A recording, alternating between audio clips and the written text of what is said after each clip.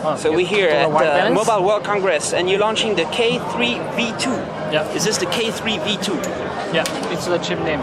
So, how do you mean it's the fastest in the world? What do you mean? How can it be the fastest? I guess for the smartphone, you know, the screen resolution is higher and higher. Yeah. And for especially for the latest Android version, the GPU is more important than before. So when we design the chip, we select the GPU plus the CPU dual central architecture, and we need to make sure that both the GPU and the CPU both is the fastest in the world. So how do you mean 64-bit memory? Is that the memory bandwidth? Yeah, it's the bus bandwidth. Bus bandwidth. Yeah, you know, for even you know for the smartphone, it's still a computer system. You know, for a computer system, three things are very important: CPU, GPU, and the memory bandwidth. So is this the fastest memory bandwidth in the market? Yeah, currently, even you know, it's the ARM is the same compared with the PC. Yeah. So it's the fastest and the most broadband memory bandwidth. Is it like DDR3 or what is it?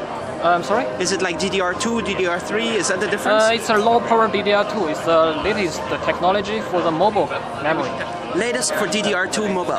Yeah, low power DDR2. Can you say how many gigabyte per second? It's for the clock rate is 500 megahertz, so the data rate is over 1 gigahertz data rate. 1 gigahertz. Over 1 gigahertz frequency. I mean frequency for the RAM. Yeah. But how about the gigabyte per second bandwidth? Bandwidth? Oh, is it faster than OMA 4? Yeah, even faster. I remember it's more than 30%. 30% faster than OMA. Than OMA 4. Yeah. So what is this GPU? GPU is we just build our own architecture with another company cooperation together. You know, the GPU we get the technology from the you know, in the GPU history. Yeah. The technologies from the SGI and the other United States company. So we co-design the latest architecture for the GPU. But you're not announcing it's not Vivante, it's not Power VR, it's not Mali, it's another. If you compare with other GPU technology currently in the market, you will find the K3 GPU much faster than others. Much faster? Like how much faster? 2 times. 2 times than any other? Any others. 2 times faster than Mali 400 or SGX 540? Yeah. Everything you can find in the market. All right. And so it's available, the 1.5 gigahertz in Q2? Yeah. Or is it going to be later, the 1.5 gigahertz? We've just announced the version. Is it because of yield? Why do you have a 1.3, 1.2 and 1.5? Is it yield or is it price? It's just for the market requirement and the retail price requirement.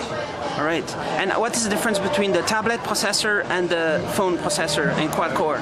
Is it the same or is it different? The architecture is the same, but for the tablet, even much higher performance can provide.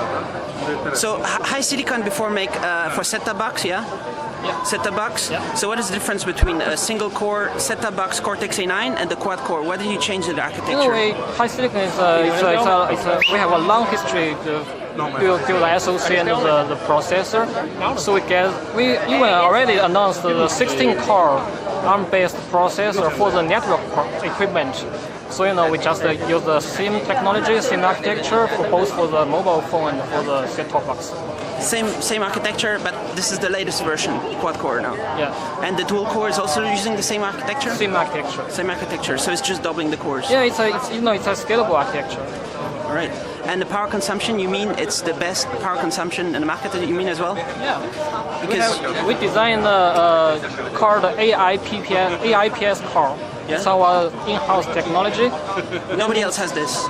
I'm sorry? Nobody else does this in the market? I guess others just build a software-based power consumption control system, but we build a hardware plus the software. It's an artificial intelligence system. You know. So NVIDIA, for example, they say 4+1. They have the extra little one. You don't do something like this? You don't need it? If you look at the technology the others use inside, you will find they use the chip processor to do the major core. It's very high power consumption, so they have to build another low power core. So that means normally you use the phone, it's just a single core phone, not a quad-core phone. But for the HiSilicon design, It's a true quad-core design. Every time you will use the phone, it's quad-core. So you don't need to have the extra. It's a run design. In fact, It's what? 4+1 is a run design. It's a what design? It's a mistake design. Mistake design. Okay, so this one is a real quad-core, no matter what. No matter what. Every time you use it, it's quad-core. But very fast, you can speed it up and speed it down again. Sure, you all the already time. find. Look at the benchmark score. Faster, right? Yes. So how about video playback? Is it 60 frames per second, 1080p, 60 FPS? You mean for Video playback? Video is Full HD. Full HD 60 FPS. 60 FPS. And record 60 FPS?